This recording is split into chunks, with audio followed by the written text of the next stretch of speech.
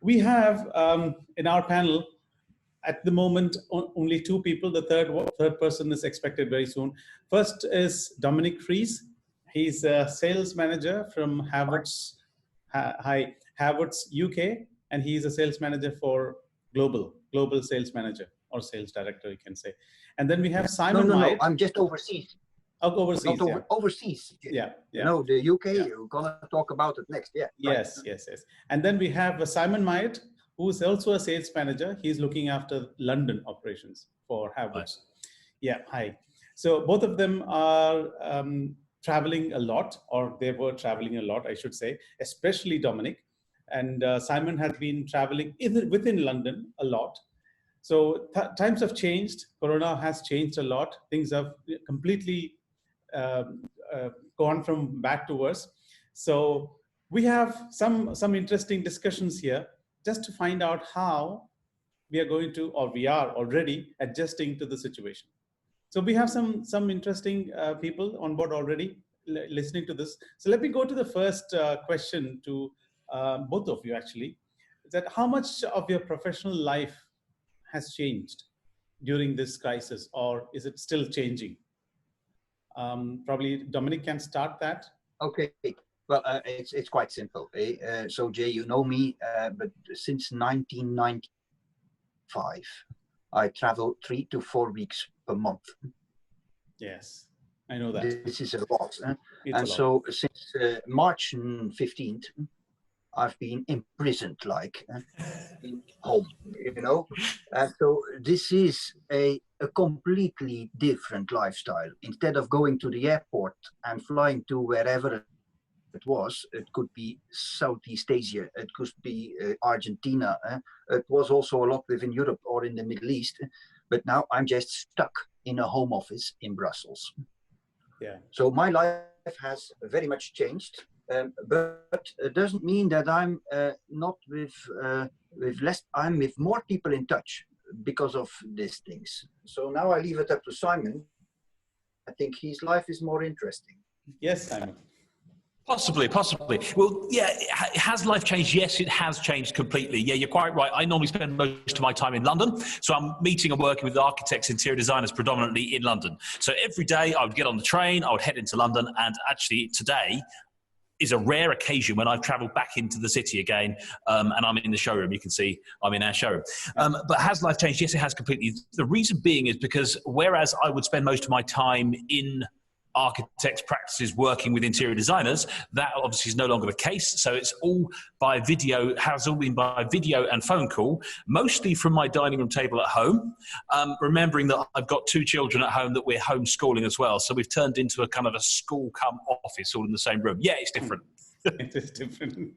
And if you look at it, during this crisis, something new would have come up, and something that came up will be here to stay. What do you think that could be, Simon? Something new here to stay for definite is video calls on Zoom like we are now, Teams, that sort of thing, WhatsApp video. And the reason is because we've found that we can be a whole lot more efficient. We can speak to so many more people in a day. So one thing that's here to stay is there will be a lot more of this interaction, I think, on video call, whereas before we may have just done some, calling in to see people and done more face-to-face. But this is really good and efficient. So you feel that these video calls are going to be here forever? I think so. Not necessarily everything we do, because we're still humans and we love talking to people. But this is good. This is good, and this will stay. Okay. And how about I want to add to what I'm actually not the born native English guy, but usually when people in England start to talk, the first thing they ask is, "How do you do?" And it looks like in my situation, the first thing people sometimes ask is, "Can you switch to video?" Yes. Yes, that's true.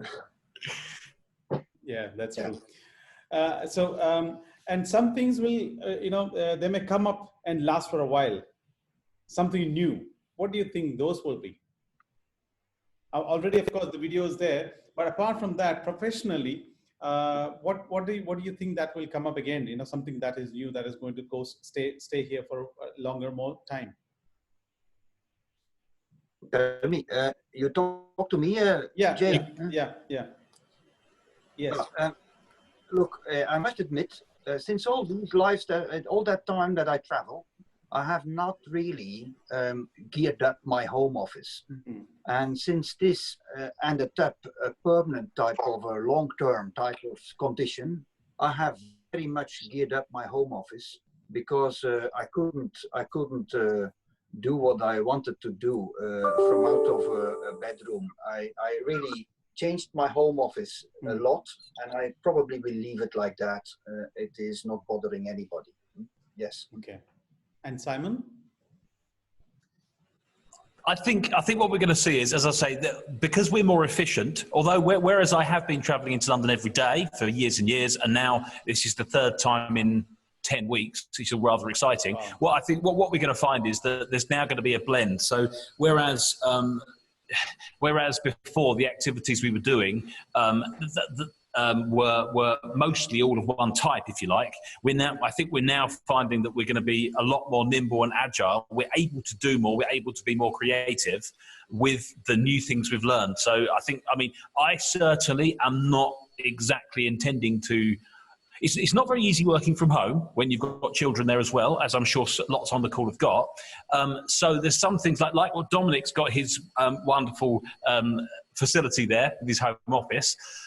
There's this juggling, but I think that what we've learned with IT is absolutely fabulous. So if you look at it that way, the new communication styles, I'm not only talking about the Zoom or any of these video chat or whatever we have, but apart from that, how has it changed according to you in communicating with your clients? Because I know that you go through the back door and you get inside the company and you go to the designers and they meet them, and so how this has changed. Yeah. Thanks, Jay. Yeah, well, quite honestly, you're quite right, because what I've been doing for a long time now, if I had one aim, from 2015 to 2020, although the time we've been working until we went into lockdown, if I have one aim, it's that I can walk into your office, you know who I am by name, I can walk straight through the reception, straight through to the back, I can go wherever I want within the building, and I'll be working in their library, I'll be making sure they've got the samples and the textures and everything they need, I'll be able to help myself to a cookie for the kitchen. We're very, very good friends, okay? And then as I make my way back through the building again, people will be calling over, Simon, can we come and talk about the Citadel project? Simon, can we talk about this? And I used to reckon on being in the office of about probably 1, 2, 3 different practices per day, just calling in, touching base, just checking in on people. And I really miss that. And what's nice is that I'm finding out my clients are missing it too, because we're great friends. That's changed. That's changed. So how do you communicate now with them? It was actually happened. It's been very interesting, because what's happened is I have a lot more mobile telephone conversation and WhatsApp video call, which, as I say about efficiency, it's meant that whereas before I may have really close, keeping close to, say, 3, 4, 5 conversations a day, you can now have 20. Or more, because it's all from the same place. So I'm physically probably putting on weight because I'm not walking around. I used to be on the tube or on my feet, so on the tube, on the underground, or on my feet all day, every day, dashing in here, dashing in there. That's changed forever. So going forward, we have a telephone call, we have each other's mobile numbers, and it's now okay to talk on the mobile. It's now okay to be friendly. When I walk down, sorry, I'm going on a bit, but I'm just going to drop this in, Jay. When I walk down so today, this morning, I've got up, I've driven into London. It's just under an hour's drive from where I live, slightly out of town, and I've parked up. Normally speaking, when I would walk from where I've parked, where I walk up to the office here where I am today, normally speaking, I would probably pass a couple of hundred people, and you never look at anyone. You head down, you're going where you're going, you know what you're doing, you're on a mission, I'm going to the office. Today, I walked past 3 people, okay, and we all greeted good morning. We've become more human. We've come to appreciate human interaction. So I think this whole thing has evolved, and I think it's fascinating, and I think there's opportunity in it because we're getting to know the human side more because of the vacuum. Yeah. What do you think, Dominic? Is there anything that you would like to add? Well, yes. Of course, we used an app called Convene to do video conferences. Mm-hmm. Apparently, we no longer use that one. We are very often into WhatsApp. What I don't like about WhatsApp is that I cannot share my screen. I need to share screens where there is presentations available of pictures. I use that a lot. And then, okay, for that, I use Zoom, like this one here. I also use Skype. And I learned that the combination of a mobile phone together with another mobile phone or a tablet, I used to work with that, but now I use with this permanently, like hours and hours on a daily basis. I'm going to show you later on. Yeah. And plus, I feel the people are more receptive to video calls, right? And if you're on the phone, can we have a video chat? They ask us, don't you think? It's more, yeah, you're seeing your clients more often than before, probably. You are, if I can add in, you're seeing your clients more than before. And what I've found, which I've really enjoyed, is that you can actually easier have a conversation by video because we went through this fascinating time where it was okay to be at home. You know, it's okay to be working from home. It's you're seeing my private life. We're actually seeing the humans more rather than the professional entities. Yeah. Yeah, that's true. And for you, Simon, what rearrangements in your office, of course, you're sitting in your showroom, but in your office, what kind of rearrangement of space and the whole setup has been done to, you know, the social distancing and how you come to the office with a mask and stuff? So how do you feel that? Yeah, it's interesting because what's happening is there are those that have to go to work and have to be in the office have to be there. And so we're making allowance for that. What we're seeing is that designers are, it's a big opportunity really, this whole reconfiguration. I think what we're seeing is that office design and workspace design has kind of fast forwarded by about 5 years or so, because the reconfigurations and maybe the refurbishments that were going to be due to happen in the next X amount of years have suddenly all had to happen now. So there's quite a burst of activity with people redesigning their offices. And what we're seeing is that because there's less people because we're having to allow for social distancing, but we want to make sure, we as interior designers, it's very important that the human experience, the experience that we have within a building is very good. And that's obviously us as interior designers, the interior design community love to give people a good experience. 2 meter distancing, better textures, better feel. Obviously, the place is going to be clean, but not sterile. What I mean is we're giving people a better experience. And so when you come to the showroom here, you'll see, I think you'll see behind me, you can see the tables and the layout. Yeah. And we're already geared up to give a red carpet treatment. So looking after the clients absolutely fabulously, but still standing back and giving ourselves space. I think the travel, the journeys we make around buildings and the maybe signage, indications, wayfinding, all these things are going to start to happen. And although what it's doing is it's channeling people around the building, it's channeling people in a direction in which the management will want them to be going for their own safety, we can also utilize that by designing a brilliant experience as we go through. Yeah, that's true. And Dominic, what do you have to add into that?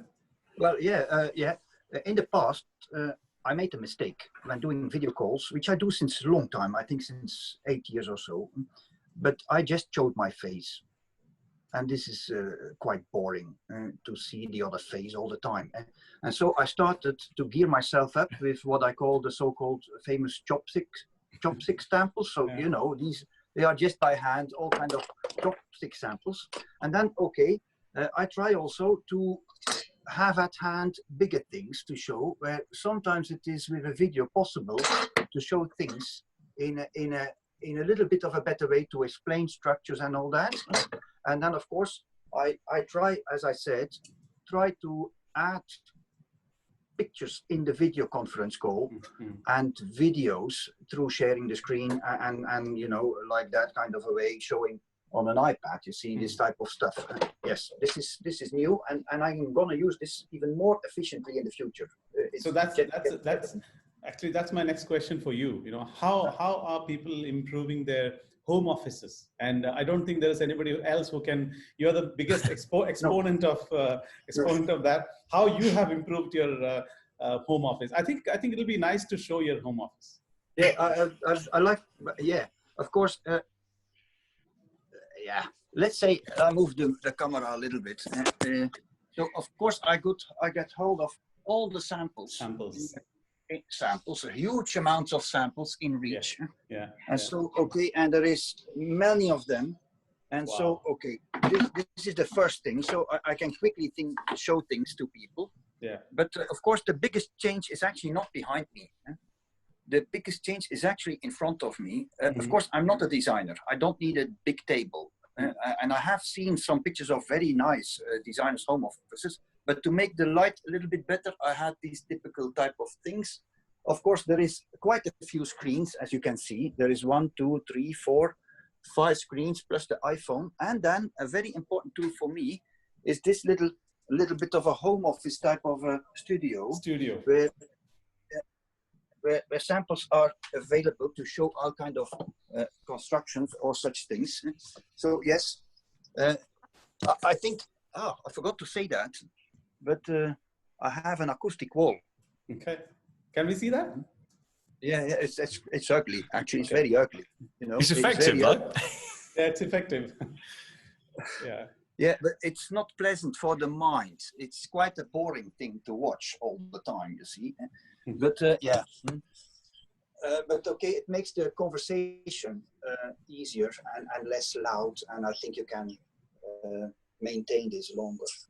Yeah. So do you think there are people who are doing this? They're improving their home offices? Do you know anybody who has done this in a big way? Yeah. You go on YouTube, you see thousands of people that improve their home offices. Yeah. I think the biggest challenge is not for a sales rep like myself, but for a designer. Yes. It is a lot more of a challenge because you need a lot more space. You need to have big tables, which you can increase in height and so on. You need to put your samples somewhere. I think you need, let me show you a few home offices. I think I show you a few, which I took advantage, I learned from. These are not designers' offices, but there's quite a few new, okay, Simon is, I like that little video here. Simon is showing the distance of 2 meters. 2 meters. It's very, and then he comes further with a better thing too. He actually shows how you can also, in that long distance, hand over a plank, a sample. So I like it a lot. But now, okay, what I would like to show, there is a few offices here. I think further up, more offices are there. Okay, see, hand samples in reach, hand samples in reach. Yeah. I think a few more offices here. You see, that is quite, yeah. That's a big one, yeah. Quite a nice architect's office. Yes. So this is in his home, yeah? So it's a home office. This is a home office. These are 2 home offices. Wow. Which they look really big. Not everybody has a house with that amount of space. Yeah. But in this kind of a crisis. So instead of parking the car in the garage, get the car on the street and organize your garage into a decent office, I would say. Yeah. Okay. And then that brings to another question. Now we have the home office. So just to recap, so home office should have a good lighting, and it should have a good camera and all the screens available. You can show things on an iPad or stuff, if it is a presentation, I mean. The first thing, Jay, no need saying, you need a fast internet. Oh yeah, basic. There is no doubt about that. This is the biggest investment, and many people that were suddenly overnight dropped into a home office suffered a couple of days with their internet connections. Yeah. Yes, another thing, you need cameras and mobile devices to move people around. Yes, and then yes, light is required, and that is definitely not expensive. This costs 25 quid.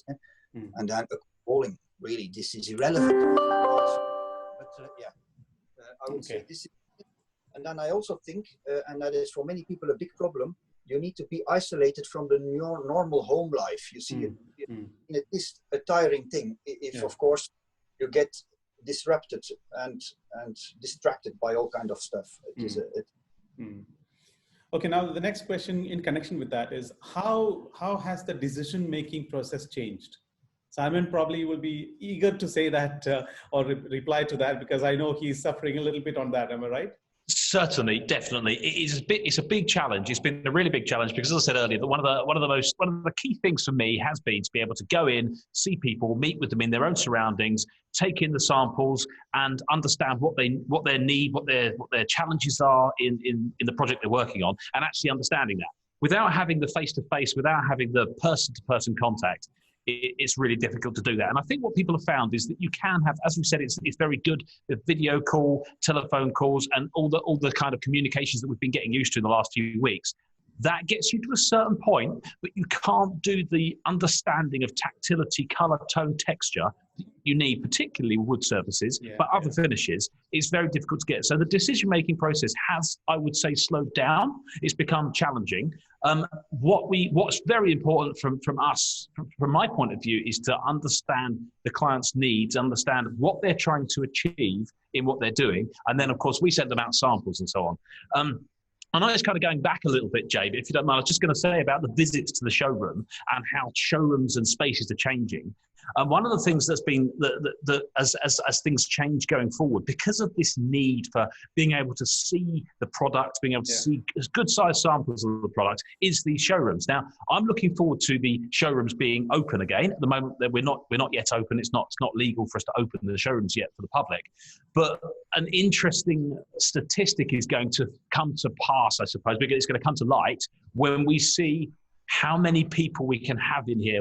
How are we going to run the showrooms? How are all the showrooms down this street here? How are they going to run? Because I would say more than 70%, 75% of what we have been doing in the past has been people, so designers, calling in here, dropping into the showroom when they need to, casually, because of where they're up to. I don't think we'll be able to do that anymore. I think it's going to be by appointment. So that's going to swing round. So we're going to see, there's been much probably bigger than 75%, a huge percentage of people that came to the showroom came in their own time when they felt the need to. We're now going to need to have appointments and have people coming in by appointment. But I think it's going to mean that the client's going to be even more organised in how they want to discuss with us when they come, and also we're going to be able to give an even crisper service and give them more one-on-one time to understand what they need. Obviously, from 2 meters, but. Yeah, that's true. Dominic, did you experience anything? I think you had a typical case of someone deciding on the decking. Well, it was actually, it was 2 or 3 weeks ago. It was in the heat of the crisis. It was an appointment we wanted to do with a hotel developer, and the meeting would have had to be in Paris. And so, well, it was very simple. They allowed at that moment in time, it's quite a big company, it's a very big international company, and they allowed visitors provided they were customers. And so they were trying to manage these first. And so my situation was going to have to wait until the problem or the crisis was eased. And so it looks like it's going to be the second part of June. Waiting for an invite to come, and I'm on standby. Actually, the same in Amsterdam. It's a similar situation. I can send sample. You see, and that's another thing, Jay. A sample is sometimes a little bit of a way to get in, but if there's no longer a key to get in, I will not go through the pain of traveling 3 hours to reach that. So then I would probably send it with a courier, and then pick up the phone and do a video call. And then, people still need bigger views of bigger pictures.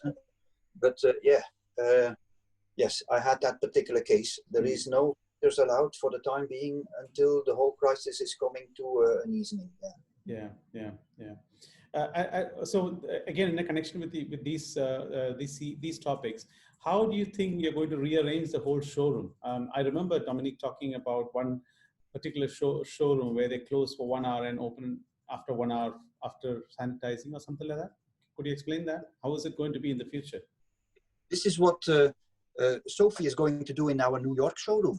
So, people are still very afraid. And so on Monday, she will allow people to come up on an appointment between 8 and 9. Between 9 and 10, there will be a sanitary closing to clean up the chairs and the table and the samples. Then again, between, I think, 10 and 11, and then back between 12 and 1. So actually only half of the day, upon appointment, there can be visitors. So this is one way of tackling it. Another way of tackling it, I think, Simon, you mentioned something like that, is that when in the showroom is a waiting area, for people that did not make an appointment. Okay. Is that so, Simon? What is that? What is this? Should I have this frame? I think what Dominic's referring to is, although I've not been specifically involved in the planning for the Clerkenwell showroom yet, what is going to need to, I think what we're going to need to do, and what's going to start to occur in all the showrooms and spaces we go to that we meet people with, meeting with people is ever going to be important. Yeah. And I think what we're going to need to have is a bit of a staged program where you come in, you check in, you're sanitized, and then you kind of go to the hospitality suite, if you like, where the next process. And I think as we become organized and with this process, there's probably going to be a 3-stage process to entering a building. In fact, I can give an example of there's the building which is it's one of the big global architects, AECOM and Aldgate Tower here in London. And what happens when you visit them is in fact, actually, this is about to change, because when I drove past there on Wednesday last week, I see hoardings up around the bottom and they're refurbishing it. So this is historical now, but I thought that was advanced. So we'll see what they come up with in the future. But the story was this. Well, what happened is you would walk in through the revolving door, you come to a table, like a large table area, it feels like a bit of a reception breakout. But actually, what you'll find is it's the perfect space to put your bags down, identify, get yourself ready for the meeting you're going into, and for me, I make sure I've got the phone number and the name of the person I'm going to meet. I will then go to reception, which effectively is stage 2. Okay, at reception, the receptionist is asking me, who am I here to meet?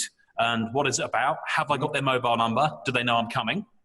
Okay, and if the answer is yes, because you've done your homework and you're here for a good meeting and everything, you've got everything geared up, you've got the mobile number of the person you're meeting, you then are ushered into the next phase, which is kind of a hospitality suite where there's coffee and you're kind of ready for the porter to come and collect you, take you through security, into the lift, and then once you get up into the reception area, it's yet another reception there.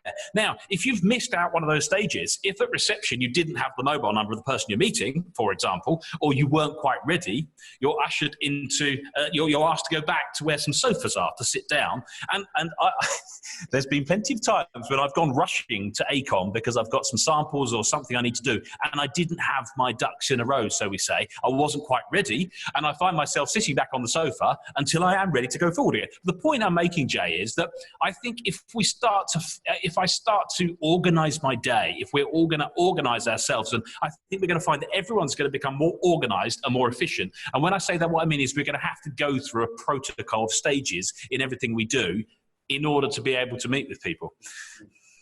Yeah, so basically that is one of the major points that we have come across here. You have to be definitely much more organized when you're going for any of the meetings, because nobody has time. Because earlier, as you said, casually people could come into the showroom and meet you and then give it. But here, if it is 1 hour or whatever appointment time that you have, then you have to finish in that time. And the person who's in the designer's office have to plan. And before coming in, they should know what they want to get it from. Exactly. This is the whole thing, Jay. And I know Phil's not been able to join us by the looks, but I know this is one of the things where myself and Phil work very closely together here in London. Yeah. And if you like, part of the whole adrenaline rush of what we do in our normal day-to-day life is all about keeping the plate spinning and being able to be there for the designers just at the right time. And we're dashing around all over the place in order to be able to keep the whole thing going. Now, that's all going to completely change. Everything, I think, is going to become a lot more prescribed with time. I think what we were saying earlier on is that it's actually quite rare that in the past, that I would have had a prescribed time. It'd probably be only 1 or 2 of my 5 or 6 meetings a day that prescribed time. That's now going to change. Yeah, that's true. That's true. Dominic, anything to add on that? Yeah, because look. Yeah, I'm not the most efficient guy, but I have seen one guy in the Middle East. He had a team of assistants to help him organizing his video call. Well, 2 ladies that sit in front of him, and he was just doing one video call after another, and it swapped punctually on the second when it was 8 o'clock. Bam. 8 o'clock. I was waiting in the waiting room on Zoom, you know that. Yeah. And then you walk in. And at the same time, you see, boom, another 25 people joining in that meeting. Wow. That's incredible. It was a medical corporation, and they are all these things. But that meeting was brilliantly organized, and it was one after the other. I think we can learn lessons from these kind of guys. I was quite impressed. Yeah, that's true. Next is a little emotional question, I should say. You know, this this shift from real to virtual. Are we getting aloof? Are we moving away from real people? Even otherwise, there are people saying that social media is making people aloof. They are sitting with their own phones. They don't interact. Now that officially, our office work as well is going to go in that direction. So are we being, and as a human race, being more aloof and moving away from people? You want my answer? Yeah. The answer, well, for me, the answer is no, because there's nothing I'm craving more than going out to be able to see these people that I love working with, whether it be clients, and friends and family, meeting with people, being amongst people again. So, in one sense, I think what we're actually finding is that we're able to be aloof politely from the things that we'd rather not get involved in, and able to make our choices for the things that we do want to get involved in. I think there's a huge vacuum going on of everyone would know the things they're missing most about human interaction, because as human beings, we are social creatures. We want to be with people. So I think the answer to your question, the way you phrased it there, referring to the word aloof, has really got me going, because I'm conscious that there are things in my private life and in my professional life, there are things that are kind of noise, which I'd rather not get back involved with again. And then there's other things that we're really, really missing, really craving to be back with. So I think we're going to find that we might even find that everything crystallizes as well in that aspect. Sorry, Dom. So you feel that we are actually giving, we understand the value of being socially close and interactive. I think so. It goes back to the three people I met walking down here this morning. It really, really affected me. There was a guy with a dog, and then there was these other two people. And I never say hello to people on the streets in London. I mean, you wouldn't. And here we are, I'm 36 years of age, and I've never, ever said hello to everyone I meet in the street when I'm in the city centre. How about you, Dominic? How was it in Belgium? No, look, Simon is always optimistic, but I mean, I question, Jay. Man, I suffer with this question. I don't like it not to meet people. I must admit, it is damn it very unpleasant. So unpleasant. It's not that I am a massive beer drinker or somebody who goes out in pubs and all that, but the intimate conversation you sometimes have. Yes. A bit silent. The finesses of something beautiful, or a kind of spirit, or a kind of harmony which is behind that. It is often difficult to communicate this in a digital way or from a 2 meters distance. I don't know, man. The guy that finds the solution for this is a hero. I don't know it yet. Maybe Simon Myatt can come up with a good idea on this. Yes. Yeah. And how about people, now that we are going into this kind of technological way of communicating? How about people with technophobia? People don't know anything about the computers, video chat, or not computers, the video chat. There are people who are experts in social media. Not experts, they're always playing with their social media accounts, but they don't know how to do a video chat. How about those kind of people? Will they suffer? And second part of the question is, the younger generation are more, they know more about this technology. So will they have an edge over the older generation of people? What do you feel? If I was to reply on this, look, everybody is profession. If you are a designer or an architect or an engineer or a sales manager. And if virtual or video or whatever other digital communications are required to execute or to do that profession in a professional way, then yes, these people will suffer. They're gonna have to digest those tools, they're gonna have to learn them, and they're gonna have to manage them.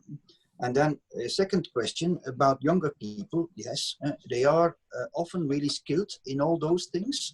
They are much more busy with their mobile devices and all kind of digital communication things. But okay, I do suffer a bit. The content that young people share, I find is pretty basic. It is pictures, it's a short slapstick type of videos, it's games. I search for depth. It is something I miss on Instagram sometimes. There's a beautiful pictures there. There's nice communications there, but okay, the messages are always limited in size, and of course, because of that, restricted to depth. So yeah, I think young people will suffer with that because it's the content and the depth of the message, which I think is also quite important to communicate in that digital way. At the end of the day, the most important thing is the content, isn't it? Especially when it comes to marketing and putting your ideas across. That's right. Simon, anything from you? Yeah, it's an interesting question because I think it's down to aptitude, individual person's aptitude. Because I share Dominik's feeling. I think what is abundantly apparent about content, as we're saying, is that depth comes from experience, and one thing that you can't have as a young person is experience in everything, because every day we're learning more, or we should be. So the older we get, the more experience we have, therefore the more depth and understanding. Now, I think what I've certainly experienced in the last, since I guess the beginning of March, is that I've been really, really impressed. I've been really pleased at how some of the older people that I know well have been happy to ask for help. It's been a time when it's okay to ask for help. Yeah. And so it's amazing how fast somebody learns when they've got the aptitude to learn. So how when they want to. And I think what we're going to see, I hope we're going to see, is that if young people have in this time have understood that there's kind of a shared collaborative experience and sense of enjoyment out of all these things, then the older people won't get left out. They'll be carried along with it. Yeah. I think if I decide that I'm going to give up and I'm not really, I don't suit this arena, that really is the end of the road. So I think that's where aptitude and a kind of a positivity, now's my as an older person, now's my opportunity to reach out and ask for help and get it and be brought, because actually, before all this happened, I was really not into technology at all. And I'm still not. But I've found it wonderfully rewarding and easy. I would never have, I was always a face-to-face person, always. I'll be straight down there on my feet and go and see the person, because then you get the emotional connection. Yes. So I think it's about aptitude to learn. I think, I think it's right. In fact, I'll open the lines for questions if somebody want to ask questions. More questions and some more discussions. So at the end of the day, if you have to learn things, you have to learn things, because your job demands it. So obviously you need to do what you got to do. So that's what I feel. But any of the people who are listening to us, if you have any questions, I think it is open now for asking questions and getting into some kind of a discussion mode. We have another 10 minutes more for sure. So anyone want to ask any questions? I think I can see Frank, Raj, Maria, or any of you want to ask any questions, please, this is the time. You can have an open discussion. I think all of you are mute. So I've already unmuted all of you, or asked to unmute. So you can unmute yourself, I guess. Right? Yeah. So, Dominic, any passing comments before we end? Of course, you, Jay, you are in the design district. So I think you are in the right space to see those type of changes actually next door. And I think you already seen quite a few things. Which might never have happened without that crisis. Yes. Okay. See, another thing also, it's quite funny. And of course, after 2 months, I need to be a little bit more calm in that. But in the beginning, I really loved this crisis, Jay. But man, I was traveling every hour from Dubai to Riyadh, from Riyadh to London, from London to Berlin, from Berlin to Stockholm. In 1/2 a day, I traveled the whole world, and I did it again in the afternoon. And I like that a lot. And the fact, Jay, honestly, amongst ourselves, even Simon, we never communicated so regularly together, but only for a short while, always for like 5 minutes, 10 minutes. In this case, now it is like an hour. So, okay, a frequent contact is also good. So you generate depth through frequency. And that, another thing which I think we need to work on, video conference calls and all that type of calls take more time. Do it like through a phone call, picking up a phone, and that it always takes more time. So we might need to learn in making those video calls shorter and more quick immediately. Yes, but there's a challenge. If there's a video call, it's a bit difficult to make a call shorter. On a voice call, it's easy. Okay, thank you, and hang up. But on a video call, do you think it's a bit difficult to hang up that fast? Yes, it is. Yes. But Jay, you see more. You do see more. When I saw our friend in Kuwait and he is having tough times, you see it on his face. And you see that after half an hour, that you see, okay, there are opportunities. There is a chance. We can do that walnut chevron. We can do that kind of bevel. Okay, and after 15 minutes, is back like really happy. And back, you see, this type of stuff doesn't happen on the phone. This happens through a video. It also works. You've also done a factory tour, haven't you, Dominic? Have you been to see a factory on video? Yeah, man. Yeah, you won't believe it. You see, this is Simon. You're nice to say. We had a guy who was on furlough in our company, one of the technical men, and so he was back on board.